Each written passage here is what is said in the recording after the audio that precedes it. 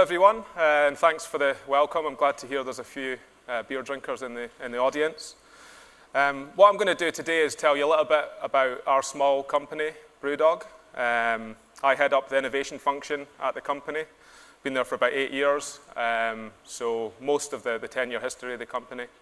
And I want to talk a little bit about maybe some of the parallels between our experience and what's going on in the crypto world. We're 10 years old, much like the Bitcoin protocol, and we're also, we've set up with the mission to really challenge and disrupt the industry that we're in. So I think there's definitely some parallels and hopefully some stuff that resonates with you guys. So who are Brewdog, first of all? We're a maverick brewery based in the northeast of Scotland. We started in a little town called Fraserburgh. And Fraserburgh, believe it or not, is actually the heroin capital of Scotland. So the brewery was set up right next to the needle exchange. So when you came in the morning to work, you didn't really know what you were going to get.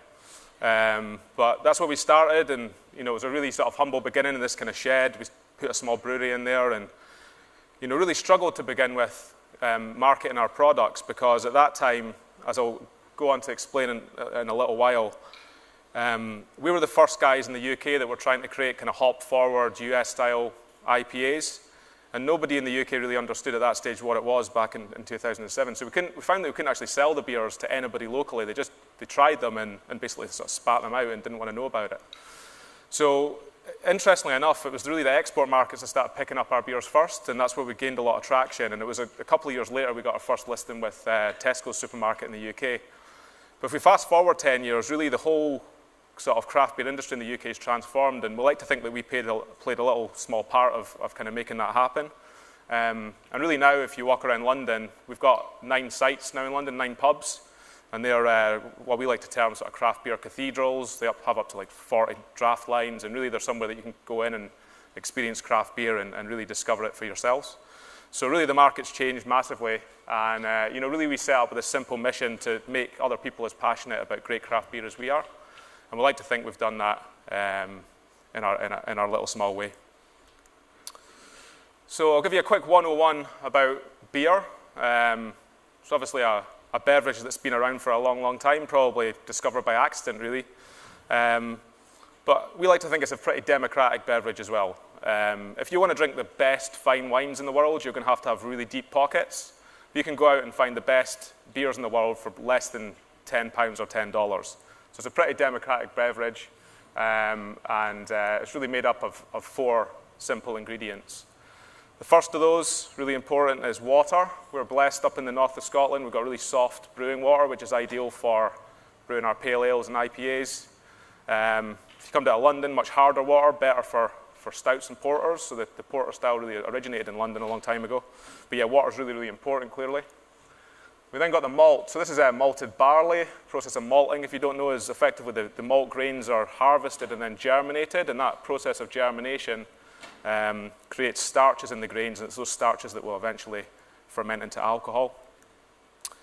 We've then got hops, and we like to think of hops like the blockchain technology in our business. So they're the thing where there's tons of innovation going on, and it's those things which really define a lot of our beers, and it's a way that we can really set ourselves or differentiate ourselves to a lot of the big multinational brewers that we're trying to take on.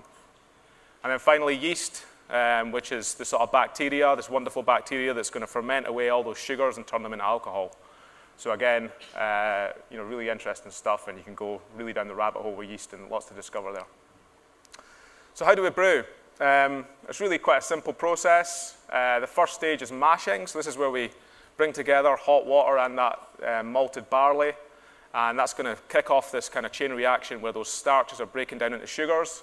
Really looks like a sort of thick porridge at this stage, and then we move it, we then sort of sparge it and flush out all those sugars into the sweet fermentable liquid called wort, which we then boil, and that has 2 purposes. It sanitizes the liquid prior to fermentation. We don't want any bugs getting in with the yeast. But we also add the hops at that stage, and they're going to impart aroma and bitterness into the beer, and lots of flavor too. We then add the yeast and ferment, very quick initial fermentation for sort of 3 to 4 days, and then we're going to chill that beer down and let it cold condition over a long period of time.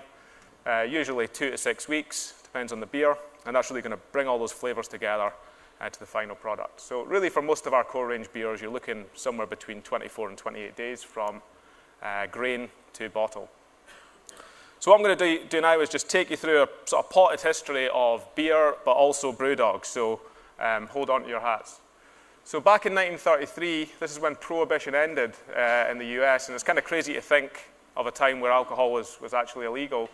But prior to 1933, there was actually thousands of breweries in the US.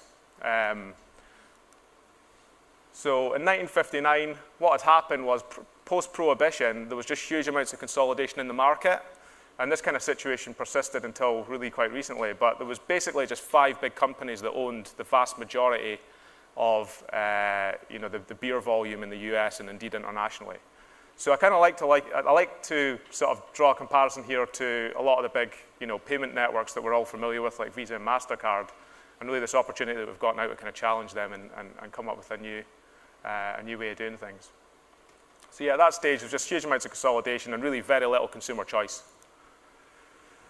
Then in 1965, we had this guy, Fritz Maytag, and he's really the sort of Satoshi Nakamoto of craft beer. So he was the guy that started this brewery called Anchor in San Francisco and really kind of kicked off this craft beer revolution in the US and then latterly internationally. And he was the first guy to go back to sort of all malt beers. He started experimenting with different hop varietals and really being a little bit more innovative and going back to the real kind of quality message behind the beer. Up until this point, these big companies were just driving out, all the sort of innovation and quality out of the beer using cheap adjuncts and really just about protecting their margins. And he was the first guy to try and change that. And then coming over to this side of the pond in 1971, we had this organization called CAMRA. And I only mention them because they started off as this kind of organization that were really around to kind of protect beer in the UK. We've got this notion of real ale, which is a very specific sort of way of making and serving beer. And they wanted to protect that and fight against the big brewers as well. But what kind of happened was that recently they just become less and less relevant, and they actually they basically don't recognize what we do as a business. So although they are the kind of an organization that protects beer in the UK, they don't actually recognize us as producing a quality product. So they've really become less and less relevant over time. And I think I just raised this because it's important to kind of, I guess, keep an open mind and make sure that you're moving with the trends. In 1975, Fritz Maytag, who I mentioned, met Chuck Zimmerman, and he was growing this experimental hop variety. So these kind of strains can be combined over growing seasons and create new varieties, and this is what Chuck Zimmerman was doing. And this turned into this hop called Cascade, which really kick-started this huge amount of innovation into hops.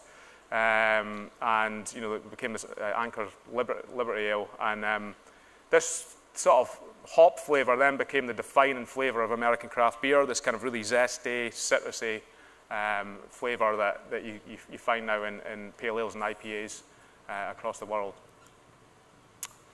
And then in '78, we had Jimmy Carter, who legalized home brewing. So again, we went all the way from 1933, when it was completely illegal, to then being able to do it at home. And what that really kick-started was, again, just a huge amount of innovation. Guys brewing in their garage, meeting up with like-minded people, swapping beers. And that really then kick-started this huge growth in the number of small breweries. So remember, we had these kind of five companies, and now we started to see a huge amount of small companies starting up and doing their own thing. And in 1980, we had Sierra Nevada start, and this has now become this iconic beer internationally, probably arguably the most successful craft brewer on the planet. Huge business now, and still really kind of pushing that quality message, and yeah, just an amazing beer still, even now. So I'm sure there's a few libertarians in the room, but I like to think this was actually a good bit of government intervention in the UK. So we had Gordon Brown, who introduced progressive beer duty, and that gave a 50% tax discount to small breweries in the UK when they were starting off. So really, when we started, we really benefited from that, because I think without that, it would have really made it difficult for small breweries to break through, and certainly it gave us a little bit of a step up in the early days. But yeah, I wanted the sort of Brewdog story now, and it really started before the company started in 2006, when the two founders, James and Martin, hijacked a beer dinner with a guy called Michael Jackson. And Michael Jackson was a really famous beer and whiskey writer, not the musician, of course. But they sort of went to meet him at this beer dinner, and they had some bottles of homebrew that they'd done it, in the garage at home, and gave it to Michael Jackson. And as soon as he tasted it, he just turned around and said, "Look, guys, I don't know what you're doing now, but just give it up and start a brewery." So I think that was really the sort of kicker that really encouraged them to start the business. So then the business was born up in Fraserburgh, as I said. Started off pretty humble beginnings, but we were always really keen to sort of push the envelope and really sort of encourage people or challenge people to try different types of beer and really push the definition of what beer could be. And this was a beer that did incredible things for us called Tokyo. And at the time, it was 18.2% alcohol. It's sort of amped up imperial stout. We put lots of jasmine, cranberries, oak chips into the beer. And we had this run-in with this organization called the Portman Group. And the Portman Group's actually a sort of effectively a lobby group for the big brewers. So they're funded by the big brewers, and they're basically the arbiters of what can be marketed as alcohol in the UK. So the decisions aren't binding, but the retailers, if the Portman Group bans something, effectively the retailers will say, well, we can't touch it because the Portman Group says it's not allowed. So they had a big problem with this beer just because it was 18.2%. And like, they didn't care that you can walk into a shop and buy a bottle of vodka at 40%. That didn't bother them, but just because a beer had the audacity to be 18.2%, it had to be banned. So we really pushed back against this. We still brew the beer. And it just shows you sort of how far things have come now, where this was seen as completely ridiculous just 10 years ago. Then in 2010, we actually opened our first bar. And at the time, everybody in Aberdeen, our hometown, kind of said, "You're crazy, this thing's just never going to take off, it's going to fail, it's going to close in a few weeks. You're like, what on earth are you thinking opening a craft beer bar in Aberdeen?" But it's still open now, and in fact, last week we opened our fourth bar in Aberdeen, so it just shows again how far things have come, and really this kind of groundswell of people getting into beer. But yeah, that was a really exciting moment for us. And then we pushed the boundaries again, and we launched this beer called The End of History, which at the time was the strongest and most expensive beer on the planet. So we only produced 12 bottles. The backstory here is we had a bit of a back and forth with this German brewer called Schorschbrau, and they did these special, what are called ice box. Effectively, it's a way that you can freeze distill beer to make it stronger. So they did this beer that was like 25%, and then we shot back with this one called Tactical Nuclear Penguin, which was 32%, and then they came back with one that was 42%. We thought, what are these Germans doing? We came back with one called Sink the Bismarck at 42%. They came back with one at 50%, and we thought, this is just getting ridiculous. And by this point, we actually had to buy a medical freezer that went down to -80 to freeze this alcohol, because as it gets more and more strong and viscous, you just can't freeze it at the normal temperatures. So we got about 6 litres of this stuff at -80, and we thought, right, let's get a taxidermist to put some bottles in some roadkill, and we'll put the beer in that, and that'll shut the Germans up. It worked for a few weeks, and then they came back with one at 60%, but you can only try. So yeah, this even now is like the page on our website that gets the most hits. So this really resonated for whatever reason, and didn't go down well with the animal rights activists, but it is roadkill, and no animals were harmed. So in 2012, we actually waved goodbye to our brewery in Fraserburgh, which was fantastic for what it was, but it took us away from the Needle Exchange and down to a purpose-built site in Ellen, which is about 20 miles south. So sort of greenfield site. We've built this huge brewery there now. I'll talk a little bit more in a minute about how that was funded. And then the guys actually got this opportunity to do a TV show in the US. So they've now done like 3 seasons of this TV show on a cable network in the US. Don't ask me why they asked, we're not really even known that well in the US, so don't ask me why they asked them to do it. I think they just like the Scottish accents. But they've been doing this TV show for a while, which has been good for exposure. And then we became a living wage employer. So really the 2 pillars for us, and I'll talk about this in a moment, is beer, the beer quality, and it's also the people. And what I mean by people is our staff, our investors, and also the people that drink the beer, of course. But Being a living wage employer is kind of a big deal for us, particularly on the retail side. So we've now got 75 pubs, and it's quite unusual for people to pay the living wage in retail operations. But you know, we really do feel indebted to the people that work for us, and we want to treat them as best we possibly can. Another funny one was, hello, my name is Vladimir. So around about the time of the Sochi Olympics, there was a big furore over LGBT rights in Russia. So we poked fun at that, pretended we were Vladimir Putin for the day, and created this beer for him and sent him a box of it over to the Kremlin. So now we're expanding into Ellen. We're buying up all the available land around the brewery, and we're growing fast. And we've now put in this huge 300 hectolitre brew house. Beautiful bit of kit. Allows us to take our capacity to about 1 million hectolitres a year, which is about 300 million bottles. And there's a little aerial shot of the brewery now. So we've expanded very quickly, and it's home to about 350 of our staff there who span brewing, packaging, marketing, sales, finance. And then we've built a distillery there called the Lone Wolf Distillery. We brew a lot of rum, gin, vodka there as well. It's quite exciting, so we're branching out. And then we've also built a brewery in Ohio. Here's the tap room. And this is our kind of first real meaningful expansion into the US, and that's going well, and the business has been going about 12 months, and we're profitable. And then again, corporate suicide for some people, but we actually open sourced all of our beer recipes. So we produced a PDF with all of the recipes for the beers that we've produced, shared all our secrets, and now you can download that, and if you want to brew our beers at home, you're perfectly able to do that. Again, most people think, what the hell are you doing? That's commercial suicide, but for us, it's just about bringing more people into the movement.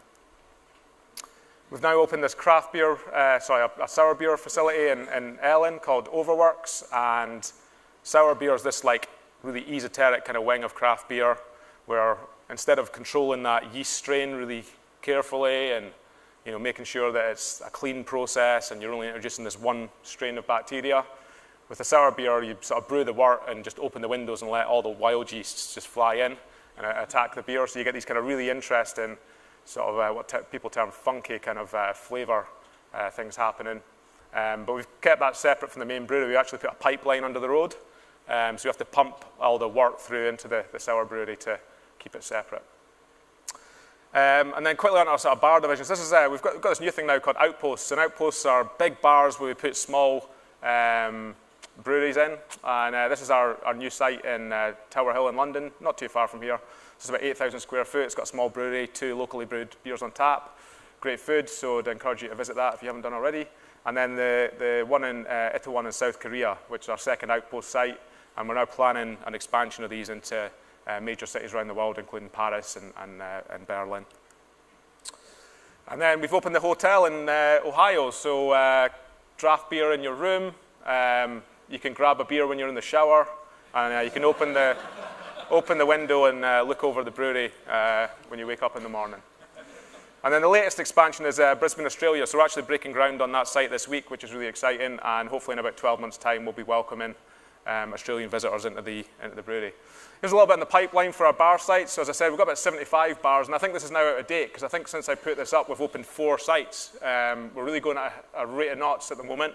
But Canary Wharf up there on the top right was the site that we opened a few weeks ago with the help of the guys from CoinGeek, and we're now accepting Bitcoin at that site, which is really, really exciting. So a little bit about full year of 2018.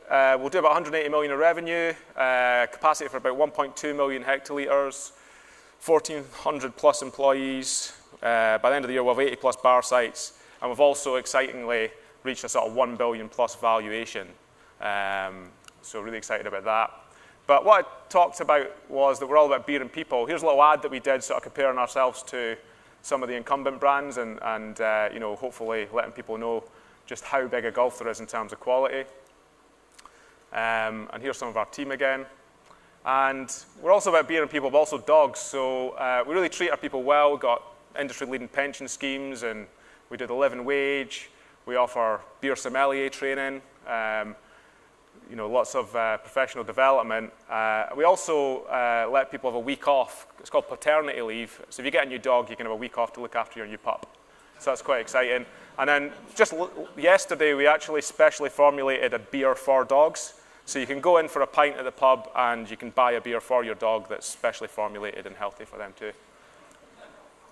Okay, so just a quick thing, we have 5 minutes left, so move on quickly. But really, really key to our success, and I can't state this enough, is our investor community. And this is what really makes us different as a business. So we've now got 94,000 investors, and they're people that have invested over the last sort of 8 years, really from £50 up to get a small equity stake in the business. And believe it or not, these guys have seen some crypto-like gains. So those guys that got in early have seen really significant returns on investment. We have a small liquidity event once a year where there's a trading day and people can sell their shares. But yeah, based on some of the trades that happened at the last trading day, they've seen a really good return. But these guys are our fiercest critics, but also our biggest advocates. And that feedback that we get from them day to day is really invaluable. But they're also providing that kind of input on what we should do, and also clearly the growth capital that we've needed to grow. So really, really powerful community. They're from 60 million countries. We've raised £40 million from these guys, over 7 funding rounds, including the UK and US rounds. And we have this awesome AGM. So really, it's like so we'll get the business stuff out of the way pretty early in the day, and then we just turn it into a big beer festival and gig, really. So we have lots of bands playing, and we actually put the tickets on sale for the one in April, and they sold out in 7 hours, so we've had to do a second day. So we've now got this dual AGM that's happening in early April on a Saturday and Sunday, which is going to be absolutely epic. We'll be exhausted afterwards, but yeah, it's a pretty good day. Okay, so quickly then on to our sort of adoption story. So we've accepted Bitcoin at the Canadian Wharf site for the last month or so, and we're using BitPay as our sort of merchant account. So that's been, in one way, really easy, but I think with the sort of hard fork, it has thrown up some challenges. But what we had to do, it's kind of interesting, is we're 100% to fiat. Now, when I broached this with our board, they were like, look, there's no way that we can hold cryptocurrency. We just don't know what to do with it. How do we account for it? And I think you just raised that because there's definitely a bit of gulf in understanding. Even though we're quite a progressive, young, forward-thinking business, there's definitely a bit of gulf of understanding there in terms of taking people on this journey. So anyway, we're converting 100% to fiat at the moment. That clears into our bank account, and it's all pretty easy. But what was really interesting was the staff were super, super excited about this opportunity. So they just thought, wow, this is so cool that we're sort of being so forward-thinking that we're accepting this new payment method. We had a lot of support from CoinGeek and Centbee. On the day, we had about 200 people queuing up outside to get in. We were offering people the chance to download the wallet and get a little bit of cryptocurrency on the day. So it was a really powerful initiative, and it's just been really exciting to get it off the ground. And it's actually really easy and cheap to deploy. Cheap tablet, a few minutes to set it up, and it's actually lower cost, even converting to fiat, than all of the incumbent technology. So we use global payments. Fees are probably about 1.4%, depending on the card type, but it's about 1% with BitPay. So, from our perspective, it's pretty easy to deploy, and there's a commercial benefit to doing so. And we did see low but consistent volumes. So, every day there was a few transactions. It was ticking along really nicely, and it was on a really good trend. But the split's been a challenge for us. So basically, BitPay, probably rightly suspended BCH transactions until things became clear. But we've basically been offline for payments for 2 weeks. So this is the challenge, because if we had a card terminal go down for 15 minutes, that causes us a problem. But to not be able to take payments for 2 weeks, it's just significant. So that's the big bit of feedback I've got. And I know these contentious hard forks happen for a good reason, but from a merchant perspective, it's a nightmare. And how do I even explain that to staff? It's really difficult. The other thing I'd raise is just something about the sort of merchant tools and how they might be improved for retail and back of house. We're a big multiple retailer. We've got lots of sites. We've got people that need to reconcile their transactions on site, but we also then have to account for it centrally at HQ with our finance team. So we need tools that enable us to do that really easily, and the BitPay backend isn't quite there. But that's it. I've got 30 seconds left. So that's it, really. That's the kind of the story of Brewdog, and a little bit about our experience with accepting crypto. I'm really positive on the technology. We see a lot of applications for it, both in terms of payments, but I'd be really interested to speak to people later about other ideas that we've got about encouraging adoption and different ways of looking at it. But yeah, thanks very much for your time, and I hope you enjoyed hearing a little bit about our little company. Thank you.